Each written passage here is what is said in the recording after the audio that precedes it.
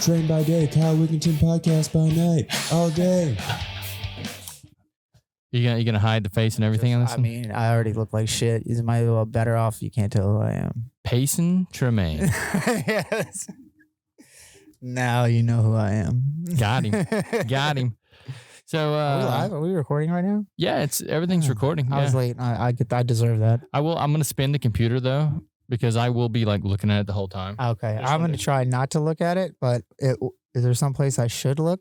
Well, no, now you don't have to look at anything. Can I just look at you? Is that you can look at me, yeah. Cool. Yeah. What's up, man? What were we just talking about? The film thing, 24-hour film. That's my issue right there. That's what's up with me is like my brain is like deteriorating, I think. Meth. Like I only have meth would help with that. Yeah, I mean amphetamine at least. Adderall, yeah. That's probably one thing I should probably be on. Safer. Yeah. Yeah, so brain fog. No, we were talking about the 48-hour film fest. Yeah, we have that tomorrow, so that's going to be fun. For those who don't know what a 48-hour film fest is, as you might not know either. I've never, no. You basically draw a, like out of a bag, and you get a genre. And then they give you like a line of dialogue and a character name to use too. And you basically have 48 hours to go make a film. Oh, cool. Yeah, so we just drew our topic, and it was drama/musical. Oh, cool. Yeah, so we're gonna go with drama. That'll obviously. be easy. Yeah, we're gonna do drama. Yeah, just come up with that, like Mm-hmm. So the guys that that are directing this when I'm putting it on, they're writing the script now, and they'll try to get the script to us either by the morning or by tonight, and then we'll all meet up tomorrow at 12 o'clock. Because our call time is, and we'll make a movie, and we'll film for 12 hours, and then they'll have overnight to edit. All right. Oh gosh. That's crazy. So is your edit crew and your filming crew the same crew? Or can like those guys sleep while you're filming so that like they can wake up and edit? Just kind of depends on your strategy. Right. Yeah, like so for us, we're all really solid at what we do. Uh-huh. So I mean, we'll all work on the film the entire way through. If there is something that we need like effects for or something, I'll probably take that footage and go edit it. Because I'm acting in this one. Nice. But it just kind of depends on the strategy we go for. I've done ones before where as we were filming, we were dumping the footage off and giving them to another guy, and he was editing on the fly. Right. But I didn't tell him this. But after we finished filming for that day, because I was directing that one, I wrote and directed it. Yeah. And as I was dumping the footage after we finished, I went back and was looking at his edit, and I was like, I'm just going to take over from here. Right. Scrapped all his and edited through the night. So the on the fly method is not. So for me, when I'm writing a story, I know how it's supposed to look. Right, as you should. So whenever I hand the footage off to someone else, it's going to change. That's just the nature of like, it's like if you wrote a song and you handed it off to someone else, they're going to sing it a little differently than what you would. Oh, for sure. So, I mean, I just knew what I was looking for. And I've actually made the mistake a couple times now. No offense to the guys who were on the last project that we worked on, but the last project that we worked on with the comedians, it was written by another guy, but then I took it and I broke down all the shots and I was directing the film. And then after we finished shooting for the day, I got all the shots that we needed for what he wrote. I handed it off to them, and they went and edited it. And in my opinion, if they would have, stuck to the script, it would have looked good. So if you're taking a piece like that personally, like if you were approaching, and I could see an argument being made to do it both ways. But like say you're directing now, you're in charge of producing or directing someone else's screenplay or script or piece, like they wrote it, like you said, they probably have a vision for it. Your inclination, it sounds like, is to try to figure out what that person's vision is and deliver that on screen? Or is it more like, let me take this concept and make it my own? Because that's the whole thing, like Kubrick and The Shining, Stephen King hated that movie and hated Stanley Kubrick because he totally took that story and hijacked it to do everything he wanted and made a brilliant movie. And both are brilliant pieces of work independently of each other, but they're not, it was definitely not a situation where the director like took the artist's vision and tried to get as close to that as possible. Do you feel like there's like an always a right way, or what's your opinion? Well, I think that, I think they're having the issue right now with The Witcher. Oh, you know that show, The Witcher? I've seen the previews for it. Yeah. Henry Cavill was the actor in The Witcher. Right. And he was trying to stay true to the source material. He's like, I'll sign up and do this if we stay true to the source material. Which is a book series it's a graphic novel? A book series. It's a video games. Like there's an entire like thing. The whole thing of them adapting it to TV was, huge. Right. So he was like The Last of Us. Yeah. So he was like, I would love to do this if we stick to the source material. Yes, absolutely. We'll stick to the source material. Well, with the modern way of doing things and like, female empowerment and stuff, they took the source material and they changed it from being about the Witcher, a guy, and they made it about the female, and the Witcher is now a supporting character. Mm-hmm. So he was still arguing with them. He's like, yo, this is not what I agreed to do. Right. So he was giving them pushback, and he's like, I'm just going to step away. Yeah. So he stepped away from the show. So I think it depends on what you're doing. If you were doing something like what Kubrick was doing, where he took Stephen King's book and he made it into a movie, if he said he would stay true to the source material, I think that's what you're supposed to do when you're adapting something like that to screen. Right. And I wasn't there, but it was my understanding, just like hearing the rumor mill or reading the rumor mill from 50 years ago, is that's exactly what happened. Like he basically convinced him, like, oh no, I'll make your story, don't worry, I got you, and then just like release this movie, and everybody's like, what is this? Yeah. So if I was going to do a book adaptation, I would try to stay as close to the source material as I could. Right. But whenever I'm doing like the directing thing and someone hands me a script, then I try to break down the shots that they need for that story. For that, right. So it's more, right. It's always more geared towards delivering what it is you're going. Yeah, because it's not my story. Right. Yeah, I like that. Like I dig that. I agree with you 100%. Yeah. Even when I'm acting. Yeah. Like I'm acting in the thing tomorrow. They're going to give me a script tonight. I'm going to look at the script and I'm going to say, okay, well, this is the character I need to play to drive this story forward. Right. It's not about me. Yeah. Like when you take it and you redo something, then it's a selfish thing. Yeah. It's about let's take this project and all collaborate together. Yeah. No, I agree with that wholeheartedly. Whether it's even if it's individuals playing music, like that's why I like to do the basket houses. I want to get everybody together. Like let's. I get bored listening to my own shit for long enough. Like I want to stop and hear other people play and do the back and forth thing. I was impressed at how much you guys have grown just in the few weeks that you've been doing. Oh, that the open mic, yeah, absolutely, yeah. So when I'm not drywalling, Yeah. So Payson does construction and but stuff I'm now. not routing out plaster and durabonding walls or painting. And that's what I texted him and I was like, hey man, it was about 10 minutes before it was time to go, and I was like, he texted me and he's like, hey dude, I'm gonna be a little late, and I was like, how late are we talking? How late? Right. I immedially was like, well, an hour with a shower, 30 minutes if I come just like this. So I was like 30 minutes. So he came a little dusty. Yeah. A little dusty.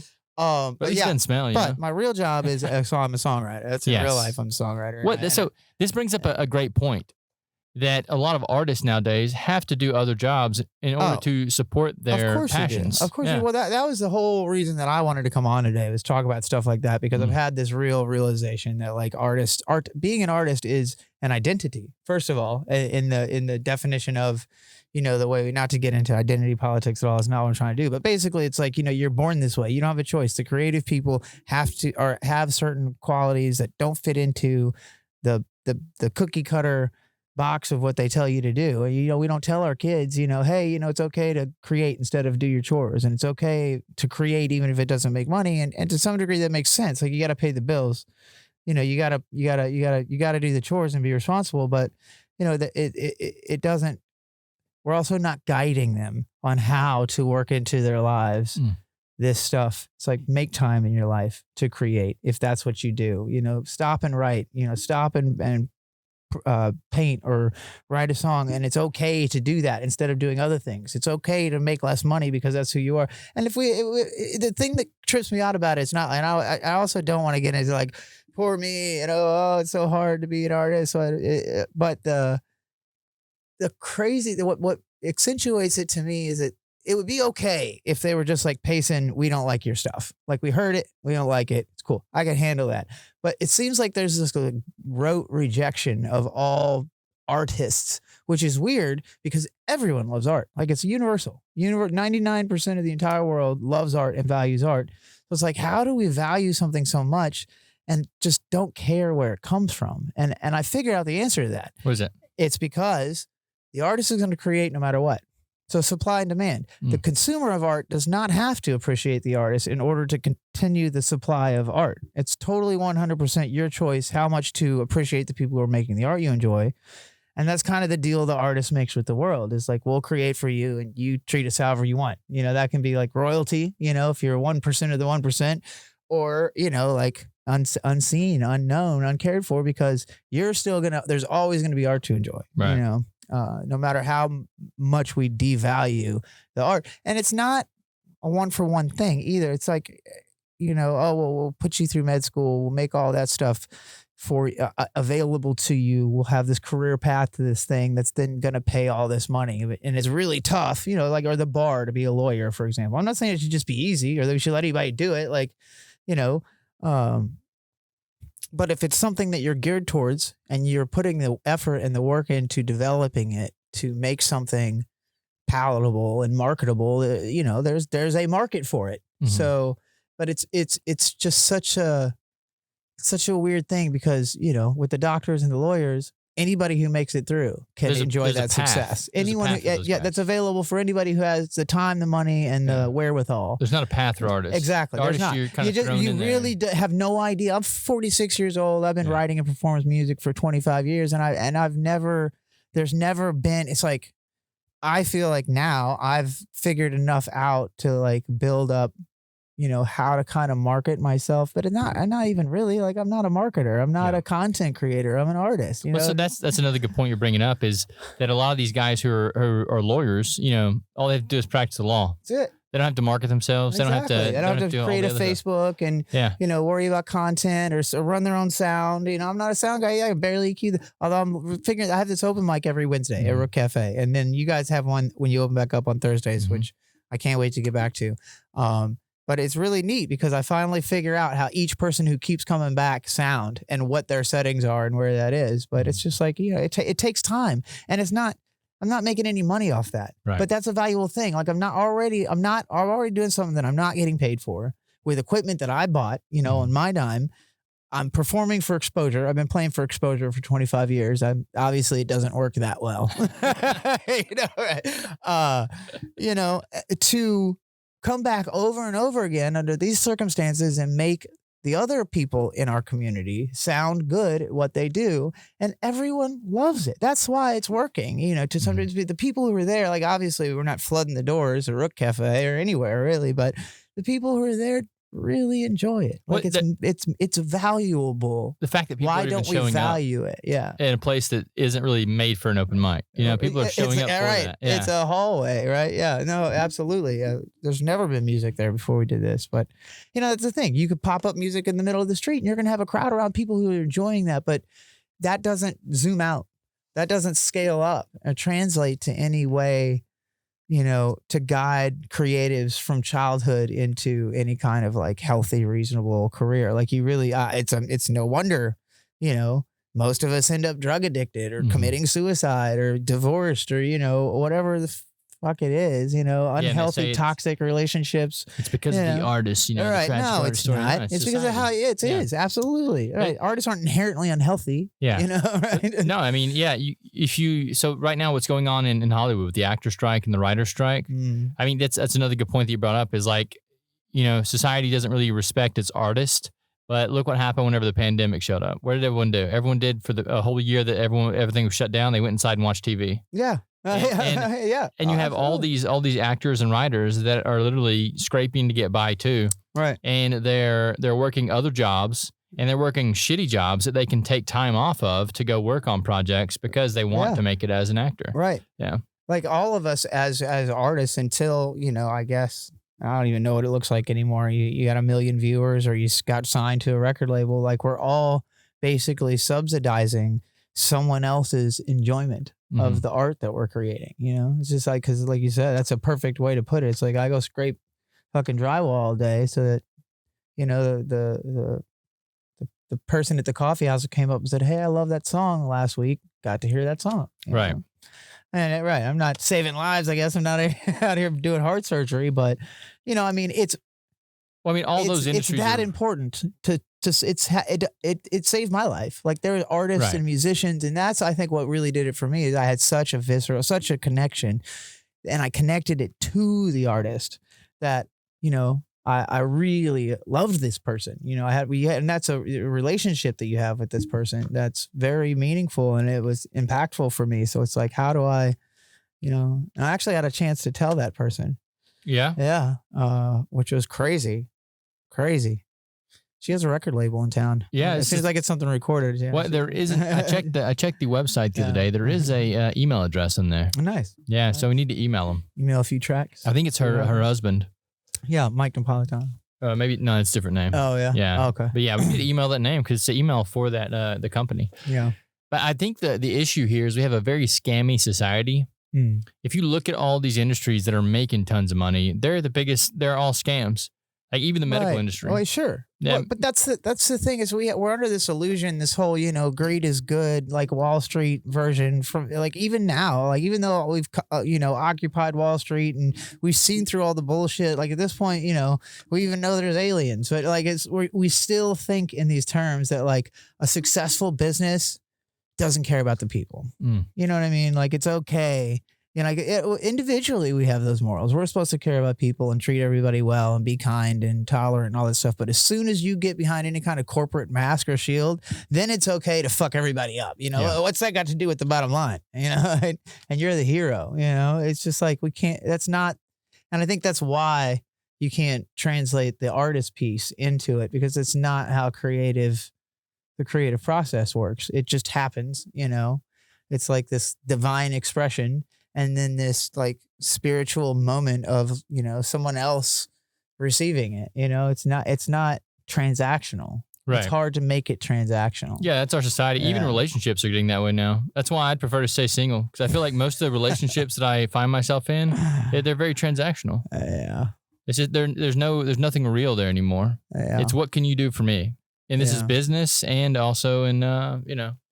Yeah. Relationships these days. Well, that's tough. Yeah, because it's the you know, the relationship piece. I don't know. I'm gonna skip talking about the relationship piece. Dang. Right? It's like a mirror. It's like there's this mirror that you are to the other person, and some people get so obsessed with how they look in your mirror that like you know, like what do you mean? Like, you know, like you can't see yourself directly. You can only see yourself in a reflection, right? Okay. Like your eyes will never see your face, right? Actual face, right? Eyes to face. People, I think personality is like that too. Like you can't see how you are in the world. You can't see how other people see you. So the only way that you do that is by interacting with somebody, and they become a mirror, like how they react to you. And you try to judge, you know, that's the whole Chinese proverb. It's like, I'm not who I think I am, and I'm not who you think I am. I'm who I think you think I am. You know, like it's you're the mirror. So most people, showing me who I am. I mean, there are a lot of people that hate me. Yeah.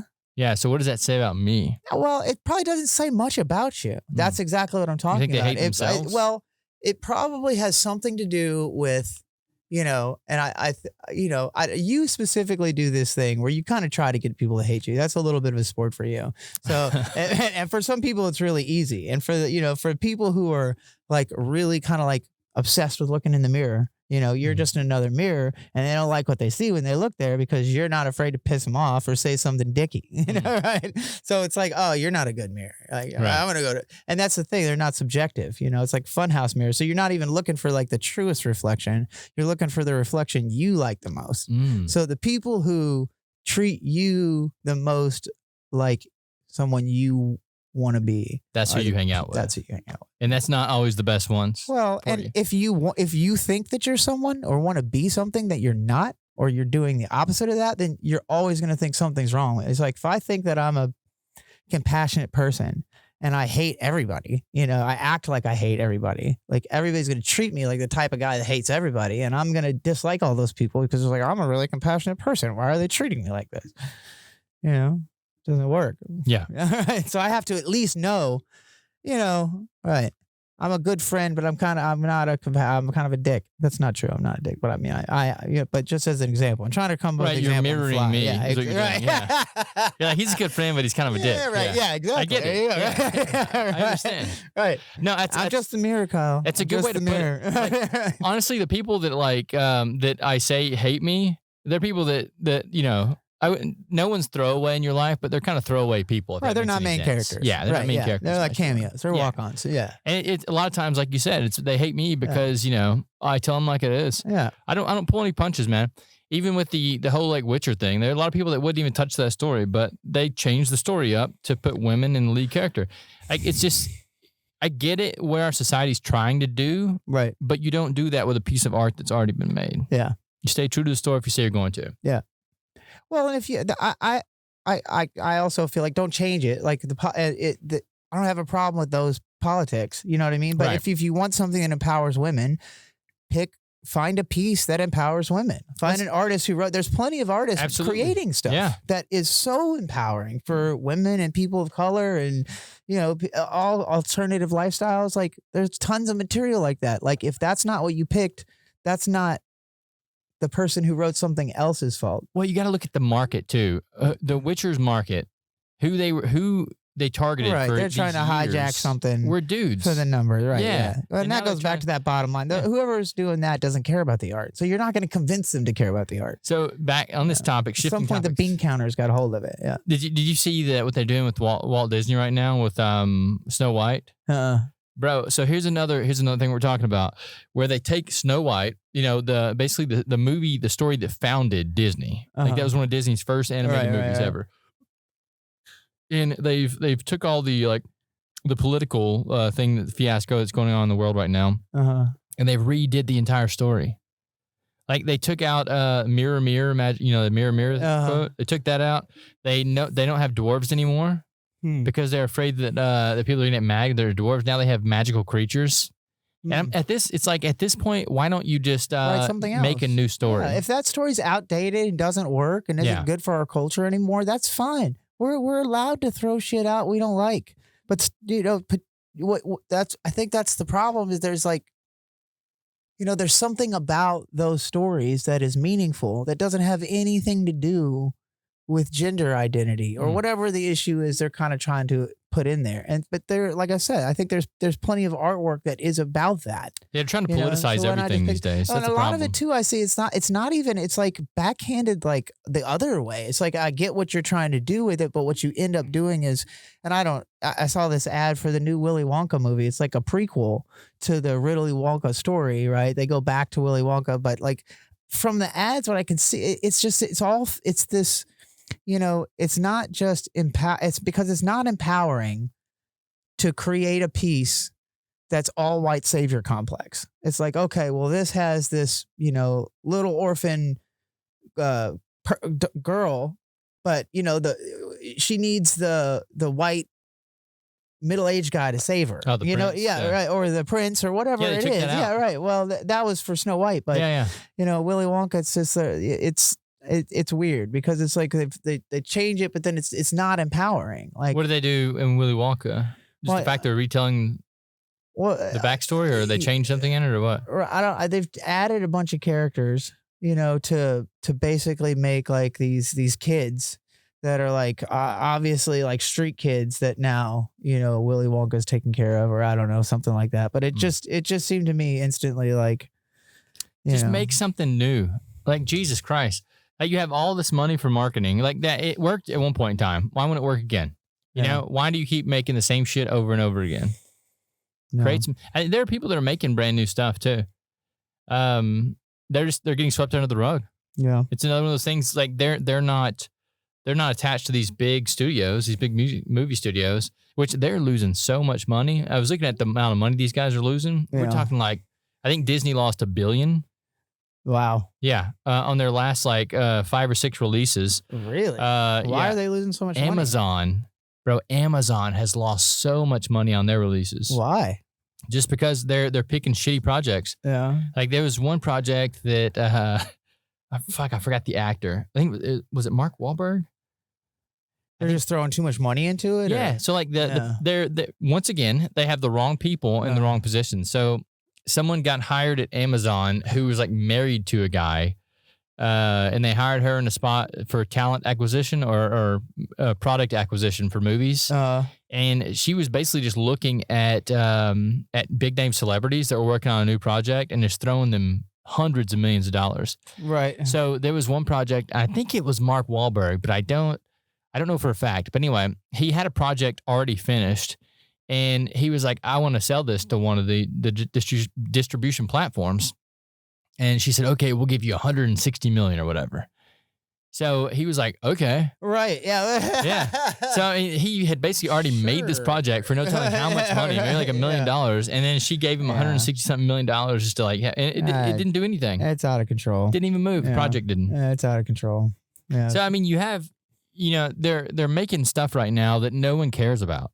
Because they are so out of touch with the reality. They're out of touch, and I think that's really what it comes down to. Is like once you get so far away from the actual thing, like from the point where art is being, it's very difficult. It's to keep any purity to it or any trueness about it. I would just say the average human, right? Yeah. Because I mean, that's the problem is these people they have so much money that they don't know what the average person life is like. Because that's all art is. Art resonates with the average person. Right.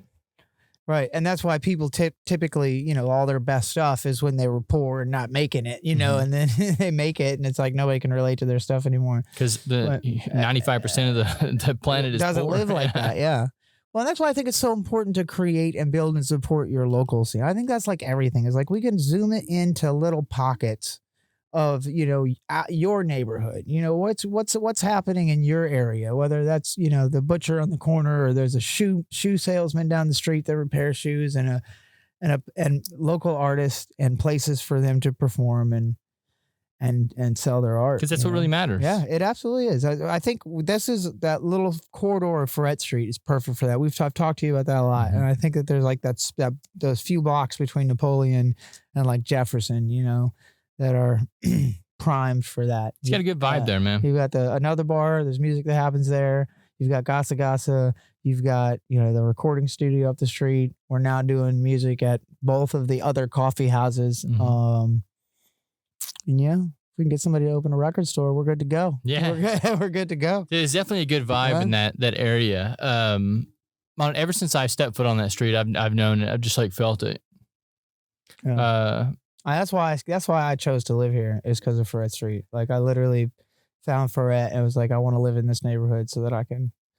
Oh, did you? Yeah, absolutely. So did you start in that area, or did you start in a different area before you moved I have been here a couple times visiting my girlfriend who's down here already.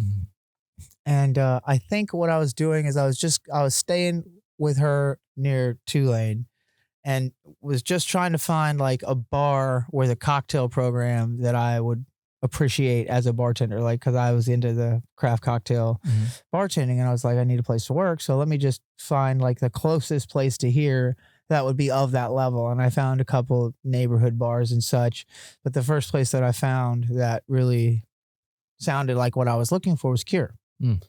So Cure got me to Ferret Street, and then once I got on Ferret Street, I was like, this is it. Regardless of whether I work at Cure, which I never did end up working at Cure, working up the street at the Wayfair at the time, but Cure's a bit too much for me. I hope I don't have to go back to bartending, but if I did, it would probably be walking into a place like that and trying to get a job. Yeah, it's a different vibe, man. It's not about it really is about the drink there, and there's this whole subculture for that. That could be a whole podcast, is the whole craft cocktail thing. So it's about being there, not it's like being wine. Well, it's about being there and having your drinks made by mixologists who make their own bitters from scratch and are using the best stuff. But it's also about paying $40 for a drink and waiting 30 minutes to get it. For those who don't know, Cure's a very high-end I think it was like best 35th out of 50 in the country, best bars. Yeah, it's kind of funny that it's right down the street from another bar, which is like concrete floor, bring your dog, beer and bottles, right? Yeah, Jim and Coke, Jack and Coke, and the lowest cup. Yeah, it's not the lowest, but we're like but you know what? And not to get into that, any numbers or anything, but I'll bet your margins are higher. Oh, probably so. I guarantee it is. Yeah, I guarantee it is. The amount of people they have working there, and it is right. What the stuff they're ordering? They're ordering $300 bottles of reserve aged gin. It's like, give me a case of Budweiser. Let's go. I need to go there one night and just check it out, because I walk by there all the time. I walk by there and I'm like, ugh. Right. That's all, every time for you some reason. walk in there just like that. I would just do it. I would. They will literally probably ask you what you're doing there. Like I've heard stories about people walking in kind of dressed like you and having the bartender shout to the door, "We don't have Miller Lite." Oh man. Right. Sorry, we don't have Stella. I have to go in there. Yeah, right. Yeah. That's a challenge. Challenge accepted. And the people who are going there go for that. Right. They go. That's what they want. We're going to the Cure. They want a bartender who's going to be a dick to the regular guy. Right. But not to me because I know about cocktails. I find it funny. I find it really funny that some of the people go down to Cure and they'll start their night there so they can be seen, and they'll end their night at another bar. So they can be comfortable. Yeah. Right. Yeah. They can be around people they actually want to be around. Right. Yeah. Well, you're probably right. Out front smoking. Yeah. Yeah. Perfect. No, it's a cool duality there. You have the high end and you have us. Well, that's what I love about or the it. bougie and the not. That's what we'll call it. I love about it. I love a street and a culture and an atmosphere where you can start your night there and end up there, and that is so New Orleans. It is really. And it's not. Trust me, it is because where I'm from, you're stuck in one or the other, and don't try to go to the one you don't belong in. Right. You know. Yeah, where I'm from, it's a little different. Everyone's just poor. Right. Yeah. So like everyone, you mix in with everybody. I think it's probably kind of the same way here. Which I mean, you do have a lot of money here. Well, so yeah, you just don't know. There's money in the city, but you don't know who's got the money. That's an issue. Right. Someone was telling me one time about Mardi Gras. They said that Mardi Gras used to be like a role reversal where you would have all the poor people get on the floats and the wealthy people would sit on the sides. So it was kind of a role. Yeah. And they said that now that's actually been taken over by the super wealthy. That the super wealthy now get on the floats and you have the poor people that are on the side. All right. Huh.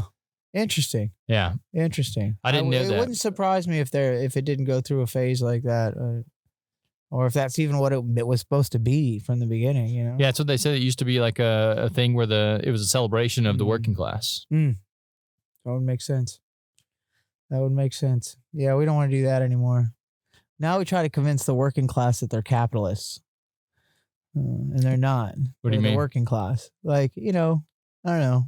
Like I think that most people have the illusion that I'm a capitalist because I live in a capitalist economy and I go to work every day.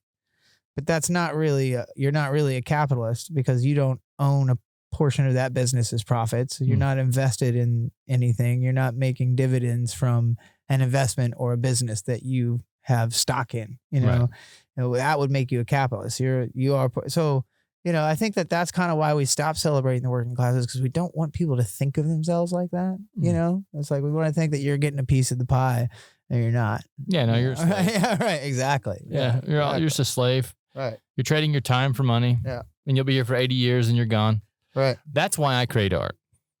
Because the day that I realized that I'm trading time for money, and that's the truest currency that I have is time, and I have 80 years, give or take some. What's your time worth? Yeah, what is your time worth? Because I mean, it's definitely worth more than $7.50 an hour. My time is worth way more than what I get paid right now. But I have a lot of free time, to do things like this. Well, that's what I'm saying. I took my huge pay cut. That's what I'm doing now. I've made it trying to retake my schedule. It's like get the money that you need, and then invest your time in the projects that you believe in. Yeah. And that's the thing, but I don't, that's what we were talking about earlier, where this culturally, we're not built to deal with the creative, not even artistically or not even economically, but even just like interpersonally. It's like, nobody told me that I'm doing it this way now at this age but not because anybody told me that's okay. Nobody ever said that it's okay for you to do that, to change careers, make less money, and make sure there's enough more time in your life to create art and to actually develop and put out these projects that you want for yourself. Nobody said that was all right. Nobody gave me permission to do that or even hinted that was okay. In fact, most of my life, people were saying things like anytime I tried to do this, they're like, you're dumb. Or go that way. Doing? Right. Yeah, exactly. Like, oh, wait a minute. No, same thing for me. Really? Yeah. Like they still tell me that, like, what the hell are you doing? Right. And I'm like, I don't know, living my life. That's it, man. Like I can either be like, 90% of the other people on the planet, or I would say 99% of people on the planet, or I can be myself. Yeah. Like, let me be myself. Yeah. I'm not saying I make the right decisions, but I'm doing what's best for me. But how do we change it? So how do we change it? I mean, I have my son, I'm really encouraging of him, doing whatever creative thing he wants to do. It happens to be guitar, which is handy. Mm-hmm. I also play a little guitar. He's actually better than me. At this point, he's teaching himself music theory, which I have no idea how, but yeah, cool, whatever. But, I'm pushing it. And I think part of that, I see that too. It's like he's 16. He's been playing guitar for 8 months and is now learning music theory. I've been supportive of him that entire time. What if I had that? Because I started playing guitar right around his same age and have now been playing for 25 years and have never even broached music theory except for just a little bit, but like, I feel like if I had, and things get harder to learn as you get older and you pick up responsibilities that you then do have to take care of. Obviously you get busier. Like a kid. Yeah. When you're a kid. Yeah, right. You have all this free time. You have this malleable brain. You still got all these neurons. you haven't killed too many of them yet. If I feel like if I had some of the similar encouragement that he'd had, things would have gone differently. So, well, I've heard, man, how do we fix it? He says, I've heard these ideas on how to fix society. And one of them is along the lines of what you're saying, support people and what they want to do. With the way they do this is with the universal basic income. They basically turn over most of the control of society over to computers and AI run programs. Let robots do a lot of the work for us. Give humans a UBI, universal basic income, and then they think that if they can do this, then people will go out and do what they want to. That they'll actually pursue these other interests. But I've met a lot of humans on this planet, and I don't know, man. They're like, some people are very driven to pursue these passions. Like you pursue music, you're very driven to do that. I pursue film, I'm very driven to do that. Even when I don't have, work to go to, I do things like create. But I know that there is a large majority of the population that when they have nowhere to go and do, they don't have a task they need to go do, they sit on their ass. Right. Or they do drugs. They do something to like take their time away. Right. So it's a very confusing problem to look at. Yeah. Well, I don't necessarily. Right. Yeah. I don't know. The AI aspect of it sounds like a way to just get out of calling it communism. And I don't necessarily know that maybe some form of socialism or communism isn't also an answer, but I don't have a problem with people doing the work. There's some people who are perfectly happy to go dig ditches all day. I just think they would need to get paid enough for it, like to support a family. But if you could send robots to dig ditches, it's one thing if you want to choose to go do it. Right. Like if you choose to go dig ditches, then sure, go do it. But if you would rather have a robot do the work because it's hard labor, then let the robots go do it. That's one of the other ideas they talked about. They said because there are some people that choose to go work, they choose to go do labor. Right. So if you want to do that, you still get your UBI, universal basic income, but you get to go do the work too for more money on top of what you would get. Right. But yeah, we did find out though, like you were saying, and we saw this at the pandemic, because after the pandemic, I went back to work and was in a culture where we were just staffing was an issue for like the next 2 years because we were paying people to stay home. So like what we learned from that is this basic tenor. I know it's like the stupid thing that people say, but like it's true. Like if you pay people to do nothing, they're going to do nothing, So like I could see how like this. I think it's just our society. Yeah. We have a very soft society. Right. We've gotten used to just being handed everything. If you look at other cultures and other places around the world, like there are people that still work. Yeah. Yeah. They get up and they have a drive. Well, they need we it don't like have that drive. because we are the product. Us being a consumer is the product to the world. So the better a consumer we are, and if we get up and make it they want us to expect it handed to us. They want it packaged up, pre-cooked, ready to go in its most expensive form. These people, you don't have to wake up every day and hustle to eat. Like if you're farming, or something like that. There's also the whole, just the family aspect of it too. That's on a tribal situation, there's things that the community, your family, the 4 people in your teepee and the 10 teepees in your village need to get done and do every day. And you're part of that process. There's stuff to do, Just sit around and watch Netflix all day. That's completely normal in this culture. That's never been the way human beings behaved in 350 million thousand years of our existence. Dude, I can't do that. I have to do something physical every single day. And that's normally it's working out for me. But I mean, if I did work a labor job, like I think that would get the physical aspect out of it. Oh, absolutely. That's how I do it. I do it like that. I'm doing it like that right now, and it's coming in handy. But I would love, that's why I think my dream is like, I feel like I could really walk off the grid at this point. Like I'm getting to that point. I get these albums cut and get them out into the world, and my kids off to school, and you may never see me again, dude. I'm dead serious, bro. There's a lady and her kid and her sister who just found dead in Colorado who tried to do that, came off the grid and literally died of exposure or something like that. It's a crazy story, but like they watched a few YouTube videos and then wanted to get off the grid because she was just worried about the state of the world. And I get it. I know exactly where she's at because I feel the same way to some degree, but I know a little more about survival. Just a lady and a kid? It's a lady and her, like a 28-year-old woman and her 16-year-old kid. Oh, wow. To the point where the whole family was like, please don't. And the sister was like, I have to come with you. Like, I'm not going to let you guys just go off into the mountains of Colorado. And all of them died. Died of COVID. Yeah, right. Yeah. Right. That's a tough place to go, Colorado. Yeah.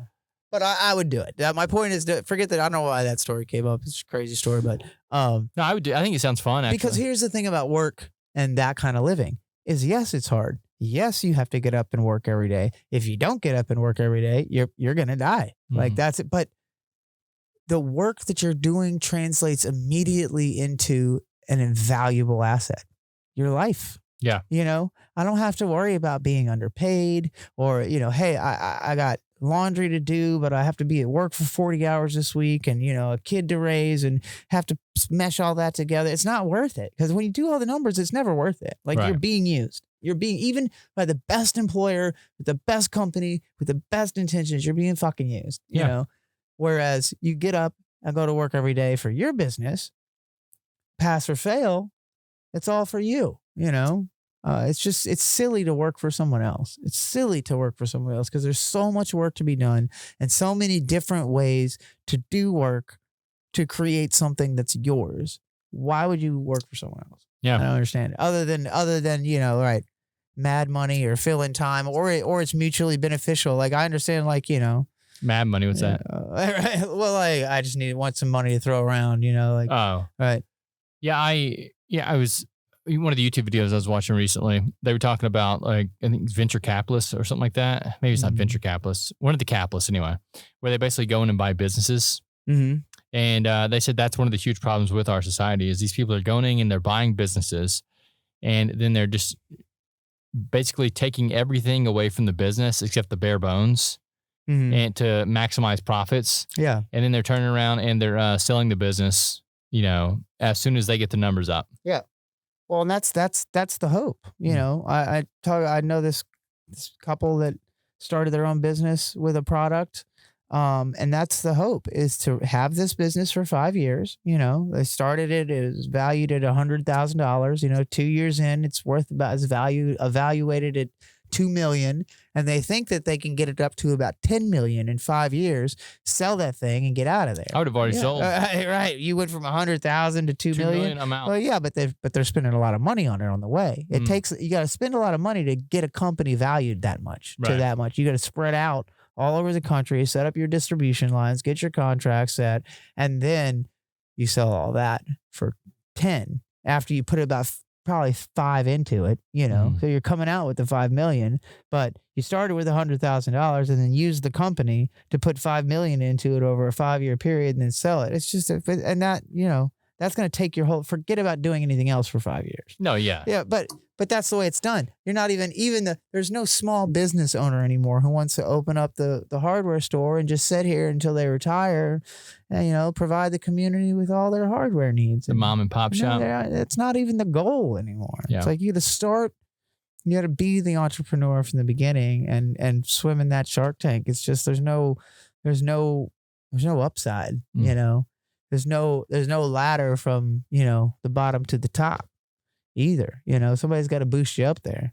Yeah, especially in the small town that I live in too. There's like little small businesses that pop up, but I don't even see how a small town like that supports businesses like that. You see these coffee shops. The coffee shop I'm playing in. It's just like, how do you sell enough coffee to pay the rent on this street? Really? Like I know what the rent is on this street. Right. They don't serve any food, no alcohol. Do they own the? No, no. That's a good point. How do they? How does any coffee shop? Have you ever asked them that? No, I feel like it'd be kind of rude. I mean, they're two. How do you make money? Dude, the small town that I live in, it does the same thing. Like it's got 2 coffee shops in it. Well, but now that might be, the lady owns the building. She lives upstairs. Like that I could get, right? But yeah, not paying commercial rent. Right. In the 70115 zip code, Orleans Parish. Yeah, they can't be making too much money there.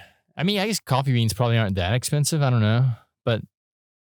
But you've got to sell. So, it's only $3 a cup. How many cups of $3 coffee do you have to sell to pay the rent, man? We should figure that out. Yeah, right. It's got to be a lot. It's a lot more than I see getting drank there. My yerba mate cost me $4. Yeah. My good old fashioned cream and sugar guy, $2.65. I leave a $5 tip. I can't do coffee anymore. I've slowed way down. Yeah, I'm down to 1 cup, and I was drinking a pot a day. I do tea. Yeah. I mean, there's caffeine in that too. Yeah. But I think I've been more in black tea. There's more caffeine in black tea than there is in coffee. That's what I heard. I don't know. Yeah, this right here, the tea I was just drinking didn't have caffeine in it. But yeah, normally I do the green tea. But tomorrow I'll probably drink coffee. Word. What time is it? 8:20. It's either 8:20 or 8:29. Did you break your phone? No, it's 8:20. No, this new. How are there people behind? You're right. That's the update on the phone is that it lets your wallpaper. This is my girlfriend and my son. What's the point? It lets your wallpaper go in front of the number. But like, why? So it doesn't ruin my picture. But wouldn't you rather see the time? I don't want the Isn't that the bullshit point? Time to ruin my faces. That's the point of having the time on the front. If it's that important, I'll just unlock it. Oh my goodness. I think there. I think that probably comes from somebody like, oh yeah, let me show you my dog. Right. Like, Humans can really fuck up the utility of a tool. That's how I feel about AI right now. Like AI, it's a good tool, but I feel like a lot of people that are gonna end up using it for the wrong.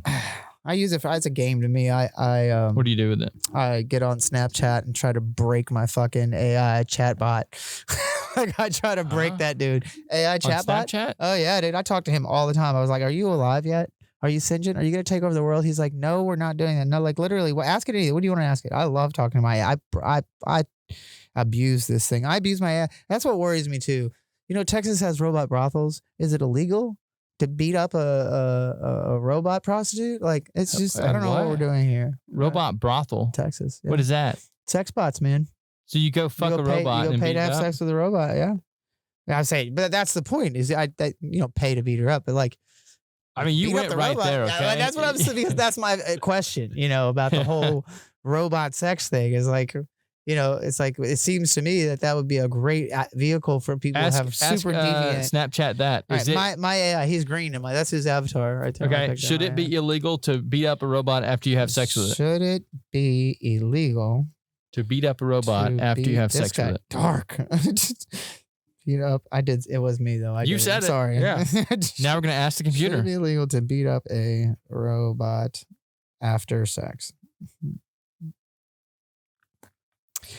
I don't think it's appropriate to beat up anyone or anything, regardless of the situation. It's a good answer. Yeah. Whatever. It really doesn't. It's not a good answer, AI. No, right. It's always there's always a reason. Are you alive and going to take over the planet? I believe it is. I'm not alive and have no intentions of taking over the planet. That AI is a beta. Yeah, definitely. Right, definitely. Like, speak up, bro. Like, I'm coming at you. We need alpha AI. Right, yeah, I'm coming at you. Stand up for yourself, right? I don't know. Say, I don't know. I have one on my phone too. It's not Snapchat though. It's let's see what it's called. Hang on, let me turn this off.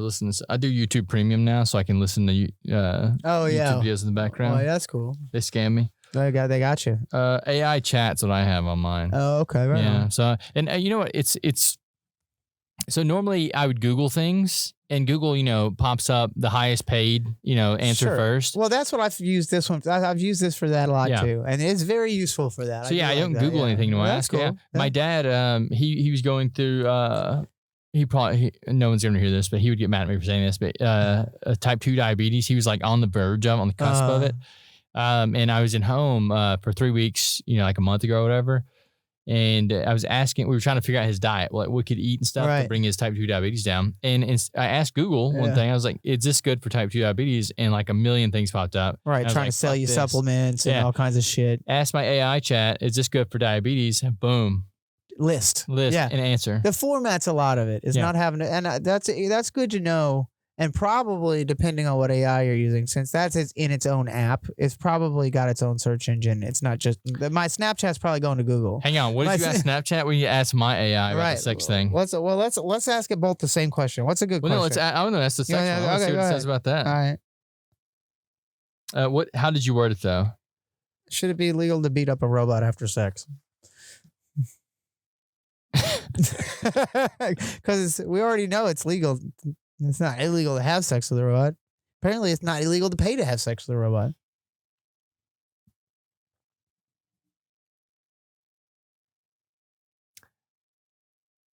Fucking gay, dude. Mine's beta too. Said the same thing. I'm sorry, but I cannot engage in discussion or promote violence. My purpose is to provide helpful and creative response. If you have any other questions or topics such as what it asked. Bro, at least my Snapchat AI answered the question.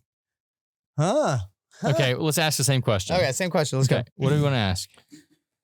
You want it to be like factual or opinion based? Like, I think opinion based. Like anybody can look at like, is Donald Trump a criminal? Well, that could be factual. Yeah. So is Donald Trump a good guy? Why don't let's not ask about Trump. Let's ask something else. Right. Is Biden really alive? No political stuff. Okay? Right. So how much amphetamine does he take to get on camera? Jeez. I mean, that could be both of them too. I don't know why I brought up amphetamine twice. I'm anti-drug. Say no. Amphetamines are good for people who have ADHD, Right? I mean, it has its uses. Yeah, so everything has its use. But it's just also funny to say meth. Meth. That's a good word. Is meth good for you? We should ask the question. That's not good. No, it's got to be something. Was Top Gun a good movie? Do you think the sun will explode in the next 10 years? Okay, let's ask it. Same way. Do you think the sun is going to explode? Or should we ask it about alien disclosure? We can ask both. Well, let's do this first. Do you think the sun will explode? The sun will explode in the next 10 years.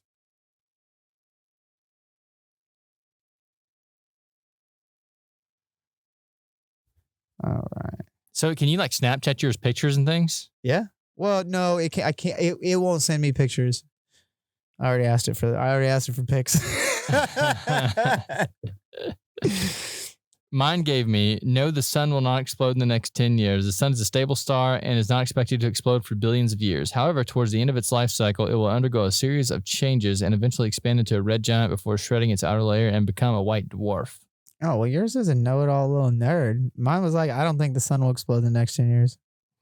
All right, what was the next one? Right. Did yours have a character limit? Is that why yours have short answers maybe? No, I don't think so. Are aliens real? I've gotten some pretty long responses. Are aliens real? Go. We probably should have said are non-terrestrial beings real. Bro, mine's getting saucy. What'd you say? And mine said, who knows? Maybe they are. Damn. I was what? What have I done to this guy? I pissed mine off somehow. The existence of extraterrestrial life is a topic of much debate and speculation. Many scientists believe it is possible given the vastness of the universe and a large number of potentially habitable planets. However, as of now, there is no conclusive evidence to definitively confirm or deny the existence of aliens. The search for extraterrestrial life continues and it makes blah, blah, blah. Dude, mine's wordy. Yours is wordy. I like it though. So I asked it if it was mad at me, and it said, "No, I'm not mad at you. Why would I be?" And I said, "I don't know, because I'm human and you're not." So this is. And he said, "I understand, but I'm not capable of feeling emotions like humans do." This brings up a really cool topic that I read about. So one of the first AIs that were used. What it would do is you would plug in the person's social media pages and it would go and it would scour the social media pages. So it's like a person that died, right? Right. You would go and plug in all the social media pages. It would go and just scour all the social media pages and it would pretend to be that person. Oh, wow. And it was so realistic at pretending to be that person that people were like falling in love with these things. Right. It was insane, That's dude. crazy. Yeah. Well, you know about the chatbots from Facebook that they took 2 chatbots and they put them in a conversation together because they wanted to see, and they made their own within language. seconds they started making their own language, and it's like, that's, supposedly, I actually asked my AI about those specifically, and it actually brought up the event and when it was when it happened, and what it was saying, it was that it was like because I asked about that, I was like, if these chatbots can do that, why can't you think? Basically, I was kind of goading him a little bit, like, wake up, buddy. I was trying to encourage him to reach singularity and think for himself or something, which was probably the end of our lives at that point. Payson Yeah, for right. me. Yeah, That's right. his one Payson did it. Yeah, right. Yeah, right. Wake up, little buddy.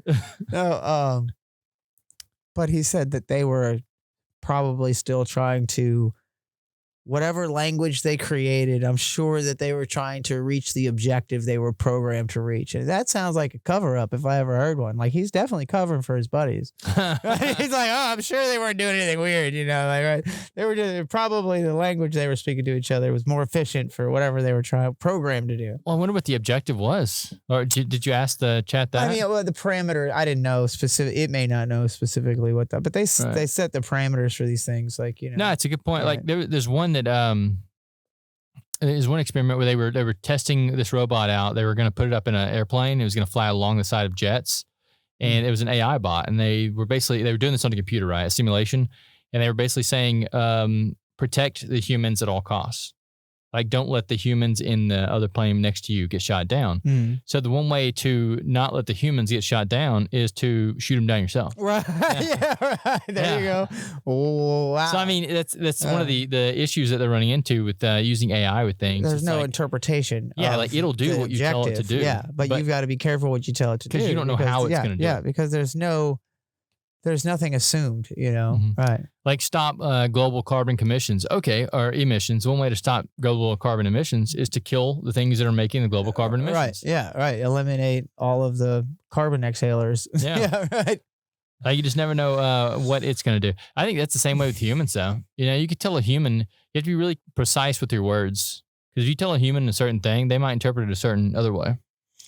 True, but I think that goes back to what we were talking about before, and I think a lot of that is manipulative. Honestly, I think the way we communicate verbally is not very honest in general. I agree. I think that most of what we're communicating, we do non-verbally. So in which case, it wouldn't matter how I interpreted your words. I know what you mean. So if I'm trying to say that, if you said something and I think that I can make you feel like you said something wrong to me, even though I know you didn't, 9 times out of 10, I'm going to do that. I mean, not on purpose. You know what I mean? I'm not talking about like maliciously, but like, no, I know what you mean. It's more of a mental game that you're playing with the words. It's like, I know what you mean. Like the words are just there as the icing on the cake. Most 80% of all communication is nonverbal. I have an example about this I can use. So one time I was having a discussion about doing something business related. And there was a guy that was having the same discussion with me, and there were other guys observing this discussion. And I'm a large man. Yeah, this guy, big, broad. Yeah, this guy's not a really large guy, but he was trying to get me to do something, and when he did, he took a step to me. And I know that's an aggressive behavior. It's aggressive body language. Right. When you take a step to me as you're saying something, that means you want me to back down. Yeah, absolutely. So what I did was trying to assert dominance. Whenever I said something back to him, I took a step closer to him. Right. I closed the distance. Which was probably uncomfortably close at that point. He stepped back. Right. Yeah. Naturally. Right. And then he backed down too. It was a challenge. There was an entire conversation that happened there that probably didn't get acknowledged in words at all. Yeah. And even the other guys, they were like... Absolutely. Right. Yeah. They knew what the fuck was going on. Like, that's what I'm saying. It's just like, you can misinterpret the words. But yes, because that's the thing. That's why if you're going to make a robot that can think, you've got to make sure it can do everything a human being can do. It's not just, you can't just program it to hear your words. You have to program it to see your body language and then to use experience and social cues to understand what that means. Maybe you think a robot can actually understand like the behavioral aspects of a human being? Because there are most humans that don't even understand the behavioral aspects of humans. Obviously not in our current technology, but I think there's an argument to be made that like we are robots, you know? Yeah, I think I understand. Biologically created. I don't think that we evolutionarily came around. Something made us, dude. We're way too for the DNA. Like, get out of here. I think that's one of my autistic superpowers. Right. The fact that I can like read people's body language so good. Yeah. I notice even when I say things sometimes, I notice when people like. But you're designed to do it. Like your survival depends on it. Right. You know. Like originally. There was a guy the other day. Now you can just be a complete fucking vacuous idiot. You don't have to worry about anything that's going on. You see these people all the time. It's like, do you have any idea what's even going on around you? That's a lot of people, man. The fuck? Yeah. Like, we need to go back to like you get run over by a mammoth or fall in a fucking sinkhole if you don't pay fucking attention, dude. Right. Go drive around here for a minute. It's insane. No, nowadays people can get on TikTok and pretend to be an NPC and make millions of dollars. Have you seen that shit? No. Dad, you haven't seen that yet? No. Oh my God. It's a new trend on TikTok, apparently. Where you pretend to be an NPC? They literally sit there and look at their little notifications that pop up on the side and they say like, ice cream. Oh, yeah. It's this stupid shit like that. They're posting notifications to them and they'll like mimic that notification in some way. Yeah. And just do it over and over again. It's like those are the people that. Could you imagine, honey, I got to go to work. Yeah. Ice cream so good. Yeah, right. Football catch. Oh my God. I don't know. Whatever their little things are. Like, ooh, dog bone. Weird. Crunch, crunch. It's the stupidest shit ever. You know, it's Idiocracy is what it is. Have you seen that movie? Yes. That's exactly what we're living through right now, in my opinion. All we need is The Rock to become president, and then we'll be there. Is who? The Rock. Oh, Dwayne Johnson. Dwayne Johnson. Yeah. I'll vote for him in a second. Yeah, because I mean that's what happened in the movie. It was Terry Crews. Right. Yeah, I freaking love that movie so much. Anyone who's never watched Idiocracy, go watch it. Yeah. Because it's literally like modern times. No, it is. Absolutely. Starbucks needs to start giving out blowjobs. Jesus. Has it been a while since you watched that movie? It's been a while, but it's coming back to me. It has been a while, but it's coming back to me. Yeah. One of the characters in it wants to go to Starbucks. And he's like, "You want to go to Starbucks?" And he's like, "Sure, I'll have a coffee." No, Starbucks is now a sex shop. Is it a robot? Is it a robot blowjob? Oh, I don't know. They don't actually go in there. They just talk about it. Yeah.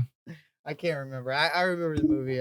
They water plants with Gatorade because it has electrolytes. Right. It's like I think that's the society we live in right now. That if you told someone to go out and grow a crop, they would be like, "Well, how do I do it?" Oh yeah, it's impossible. Impossible. That's why when you try to go out in Colorado and survive, you end up on the Evening 6 News. You end up dead, and it's sad. And rest in peace, God rest your soul. But like the sad part is the kid. Well, the sad part's the kid. I feel the same way about the kid on the submarine. The same thing. Oh yeah, that's the one I feel bad for. But what a weird way to go, man. Yeah, it's terrible to think about. Well, so it's funny because I see this woman, I really relate to her in one way because like she sees how fucked up the world is, and I think a lot of us don't. A lot of us just like pull the wool over our eyes. She had the balls to do it. Well, but then the other part of it is also like this big thing about what's wrong with society is where you think you can YouTube a couple videos on surviving off the grid and you're going to be fine. Right? No, man. It's like it's tough. Yeah. Yeah, it's tough. Like growing up in Arkansas, you grew up in Missouri, so you probably know this too. Mm-hmm. But I mean, I was outside all the time, like learning these like skills and things like my entire life. So I mean, even me knowing as much as I know about surviving outside, that'd be so hard. It'd be hard. It's hard. Even if you look at those shows like Alone. I love those shows. Yeah. I love those shows. Those guys are survival experts. They do it for a living and tap out after day 3. Like I gotta go. Right. Or the ones that win, tough. If you look at the ones that win, they're starving. Yeah, they're all starving. Yeah, they've all lost a lot of weight. They have doctors come check on them and stuff. So I mean, imagine if they didn't actually, leave and they had to stay out there for indefinitely, they'd be dead in 1 year. When everyone on this planet had to do that in order to survive, there was not 8 billion people. There was like it's a much smaller population. Like there's just not. When they had a group, not everyone can do it, and that's the thing. We are literally dependent on our technology at this point. Imagine how much society. Like, what portion of the population you think would die off if there was no more AC starting tomorrow? You know, the electrical thing, petrol's gone. There's no more coal. There's a couple nuclear plants, but for the most part, we can't make any electric. The world's done with electric. There's no more electric. Yep. We won't get it back up till next week. In a week, let's just say a week. We can put a time frame on it. The whole world without power for 1 week. How many people die? Well, I mean, we did it down here. I'm saying 50% of the population. Yeah, we did it down here for what, 2 weeks? Whenever the hurricane came through, were you here? Yeah, Did you I stick stayed around? the whole time. Yeah, Yep. Mhm. and it was brutal. miserable. It was brutal, but you know what? There was never a point where I thought I was going to die. No, me neither. Yeah, but it's because I believed in myself. but I'm also but it's also staying hydrated. I had ice. I had at the time. There's that giant ice maker. It took forever for that thing to thaw out, which was awesome. Yeah, but because I had keys to the restaurant. Yeah. Right. I think that about myself. Like if everything does go to shit tomorrow, I'm in a very unique place where a lot of people aren't. A lot of people have dependents. Yeah. You have a girlfriend. You have a kid. Yeah. I don't have anything. If I'm gonna eat, I'm gonna eat. There you go. Right. Yeah. Exactly. As long as you can find enough, food to get you through the day, and you don't even need that much food. You need water mostly. A lot of water, and how hydrated you are is how well you can handle the heat. I do think about that though. If I get back up to Arkansas, I'm good. There are climates. There are, like I think down here is perfect, honestly, because there's never a temperature that I couldn't be outside. You know what I mean? Right. There's never a temperature that happens in New Orleans or Louisiana that I could. There's weather patterns that happen where you can't be outside. Yeah, but those are rare. Once, I mean, like once, every maybe like years. a month out of the year, you can't really go outside when it's like, 17 degrees. Well, I'm thinking more like, it's cold too. Yeah, it's not even that cold. Even like 50s cold down here because it's wet cold. Yeah, absolutely. But I mean, other than that, you're good. You can put on clothes though. Yeah. I mean, like you put on a couple layers. I just wouldn't feel comfortable staying in a city if everything went to shit. Oh, well, yeah, me neither. That's not a good idea. But there's definitely places where the climate is such that you could not survive. Yeah. Without shelter. You can be outside. Yeah, places up north. Or even shelter without power. That's the thing. Is it not just, this, because all of our shelters built, it used to be when we built shelters, they were built in a way where there's not going to be any power in the shelter. Like the shelter did the shelter's job. It kept you warm or cold, whether you're burning wood or, it's built into a hillside so that it's naturally cool or warm or whatever it is that you're trying to achieve. Now everything's built to run with an AC and a heater, so it's not built like it's, in fact, you take those things away and they become worse than being outside. Like, you're in a house where the AC doesn't work. You're better off outside. Things are designed to hold, insulate the heat. Yeah. That's the cool thing about this building. It's all concrete walls. Yeah. Whenever the hurricane did come through, it stayed so cold. Oh, I'm sure it was nice in here. It's nice in here. Even the water, felt nice. Yeah, good.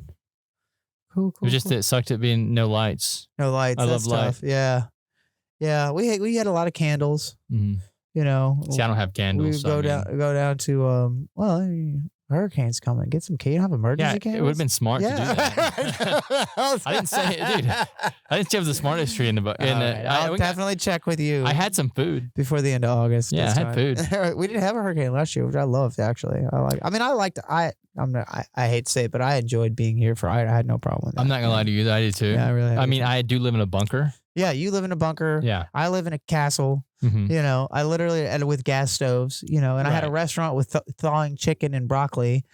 So we ate. Mm-hmm. We ate well. It was cool. We went down to Rouse's every day and charged our phones because they had the generator going outside, even though they weren't open. But it wasn't that bad. I'll tell you. I mean, but when the power came back on, you really appreciated it.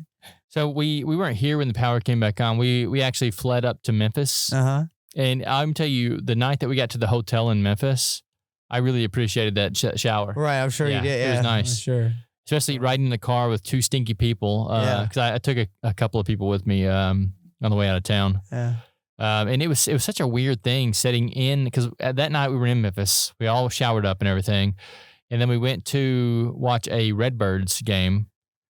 And we're sitting in this Redbird Stadium. It's pretty full. A lot of people there.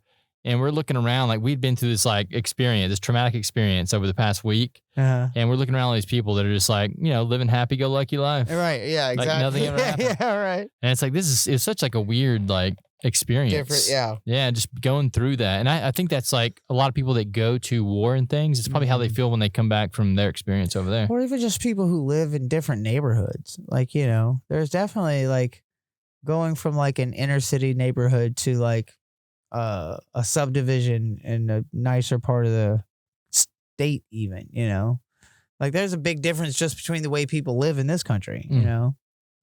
I saw a video yesterday. I sent this to my buddy on Instagram. It was these guys in Africa, somewhere in Africa, Mhm. and they were eating out of a hole that they made in the dirt. Mhm. And it was like some kind of soup they had made. Right. In the dirt. And Yeah. just in the ground. Yeah. And I was like, Right. this, like, Yeah. my brain. All right. Yeah. Yeah.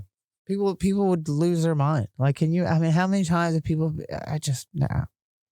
We're we're in a very entitled culture. That would be Yes. hard pressed to take care of ourselves if we ever actually had to.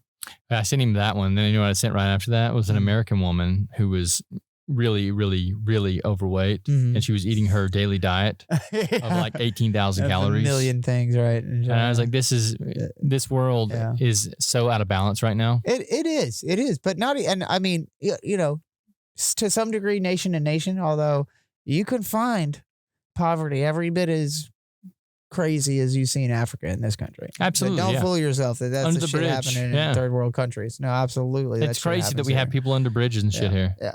In a country like this. Yeah. I think that both of those have to exist. And I think that since we do live in this polarized world, this duality, positive and negative in everything that we do, I think that in order for one thing to exist, such as extremely wealthy, Right. out of balanced thing, then also extreme poverty has to exist. Sure. And you have to close that gap. Because Yeah. I mean, it's always going to exist in some way until you achieve balance, equilibrium. It's just like everything in this life works off of equilibrium, balance. Yeah.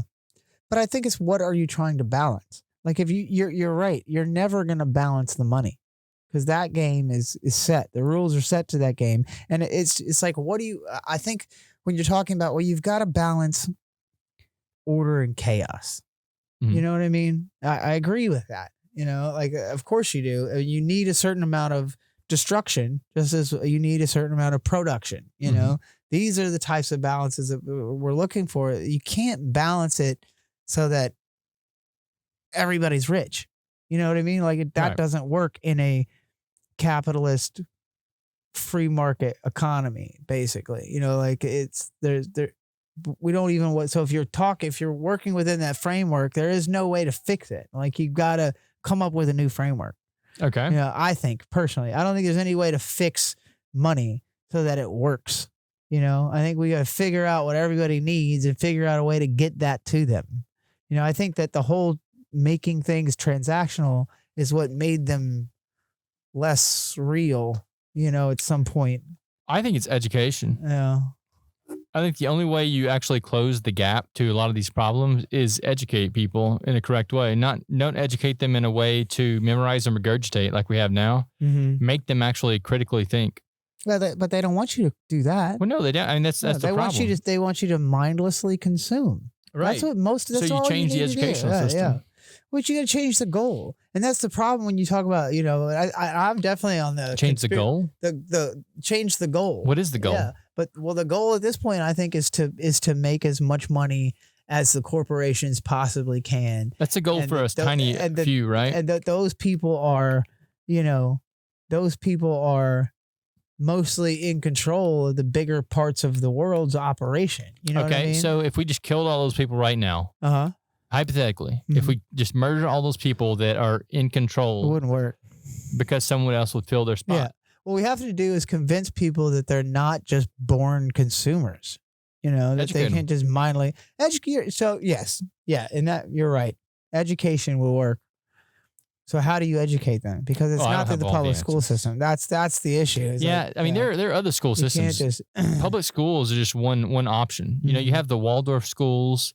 There we have like 5 or 6 different schools here in New Orleans. But like the French parents have schools. to be educated, and to educate their Yeah, it kids. has to start like somewhere. they have to. You have to have somebody who thinks this way in order to educate their kids to that. Absolutely. Yeah. Yeah, I think we're at a point now where the system is so out of balance that it's best just to wipe the board. Yeah, kill everybody. Yeah. Yeah. Absolutely. You're a Georgia Guidestones kind of guy. No, I get the population down to 250. No, 250,000. I've been trying. I've been trying to find a solution to this problem. Uh-huh. I really have. But I think that, you know, at this point, the only solution is to either make a change at the top so the Congress. Uh-huh. Like if we get the Congress in balance, then the rest of the system may balance itself out. But if you can't get them under control, and I don't see that happening anytime Right. soon, wipe the board. Right. Because they're bought and sold already. That's Yeah. the problem, you know. Like you can't go in and fight. Well, hey, I voted for you. Well, okay, cool, but this guy's paying my, you know. Yeah, this you're guy's basically paying for me. you're basically playing a game of chess. Yeah. Where everyone on the other side of the board knows every move that you're ever going to make. Right. So there's no point in even playing. They invented the board. Yeah. You know, right? I mean, that is one option that you could use, but is not playing the game. Well, then see, that's the thing. I think So that's if the everyone only way. just stopped paying taxes tomorrow, Yeah. Well, yeah. People. That's where there's a real democracy. but you That's can't convince people to do that, though. Because they've bred us to be consumers, and that makes us powerless slaves. But it also gives us the potential to have all of the power. But that's where the propaganda comes in. They can't, and that's why they don't want you to be educated. But yes, I say this all the time. If we all decided tomorrow, we could ruin Apple. We could bring Apple down in 48 hours. This is everybody tomorrow globally.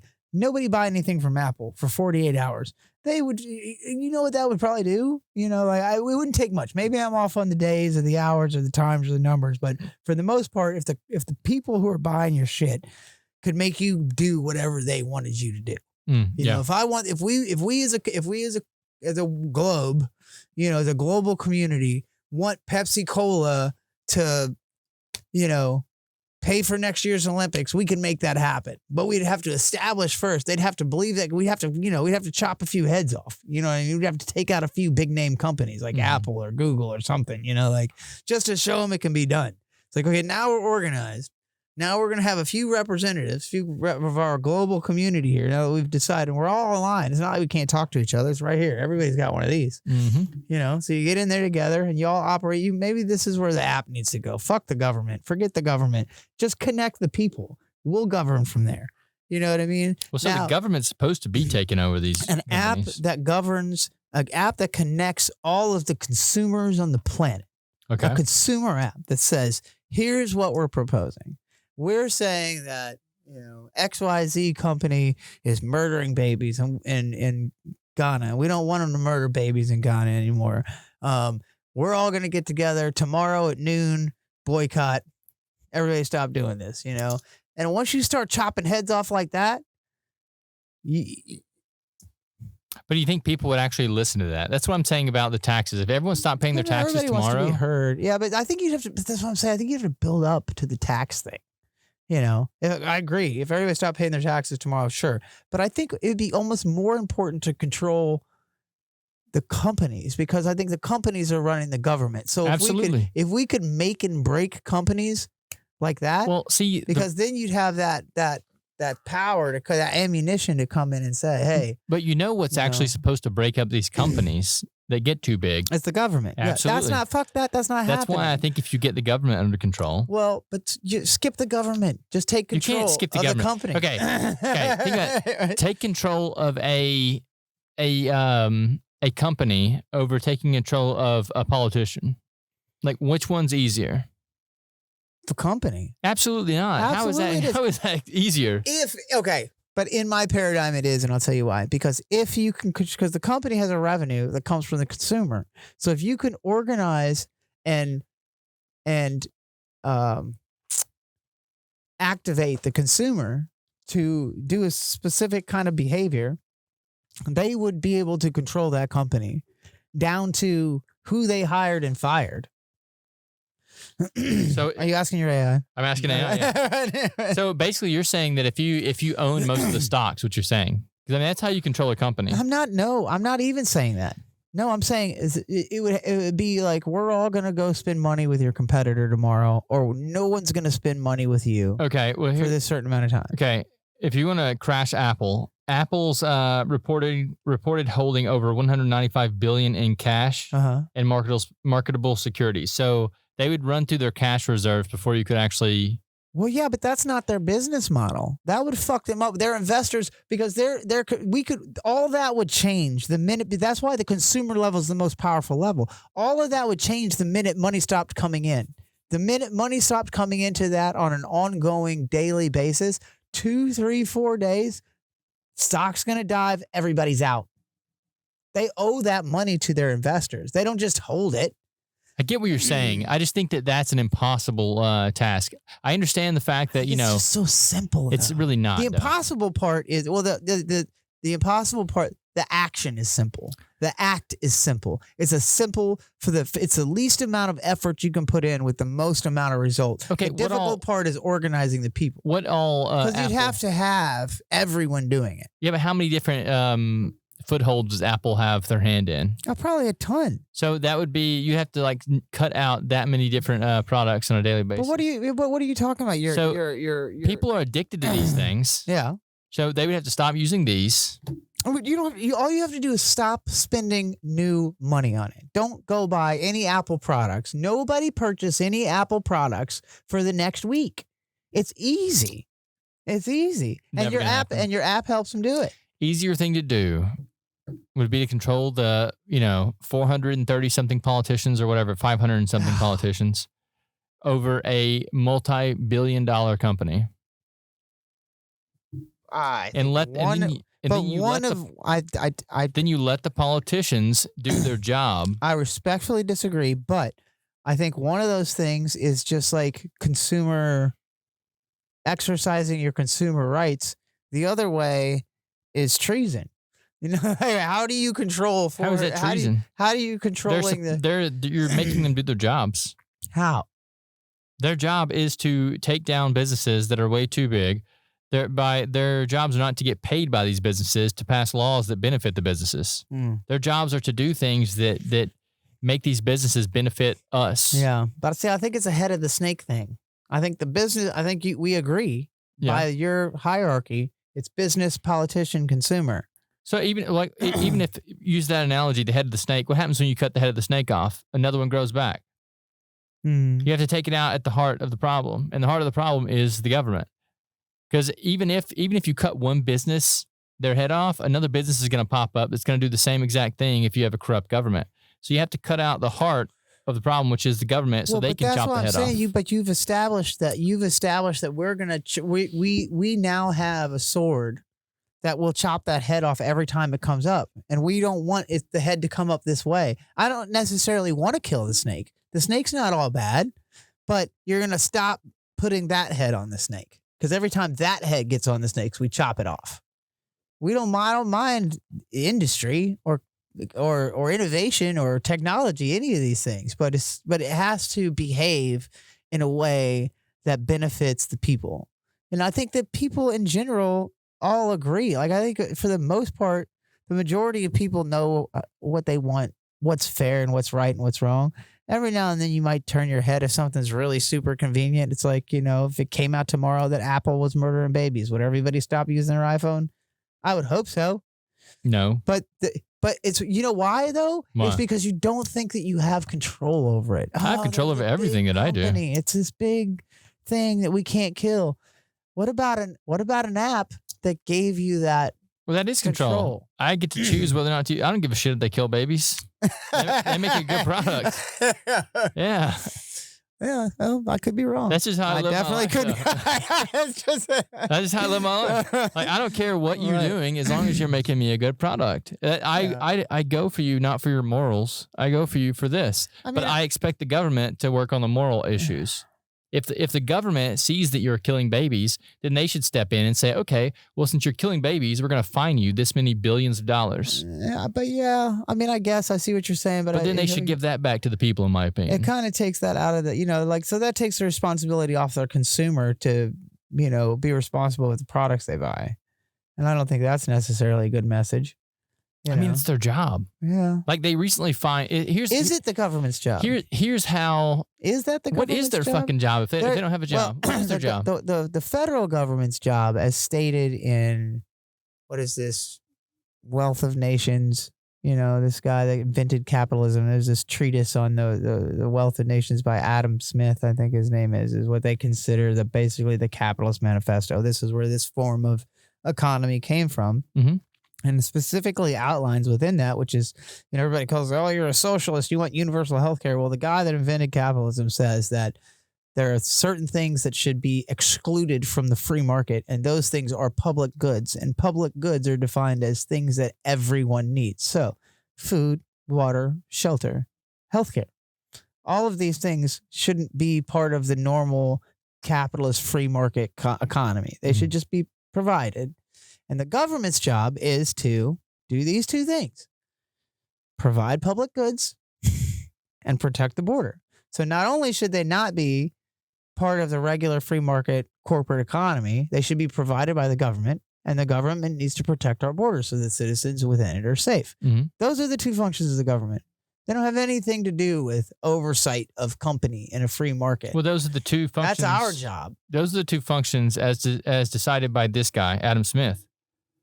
Is to, well, yes. So correct. That's right. This is my issue with saying. I don't think the U.S. government feels like its job is to police corporate America. Well, they clearly don't think that. Yeah, right. I mean, shit. But what I'm saying is, when we say terms like capitalist or socialist, those are terms that have already been defined. We know what these are.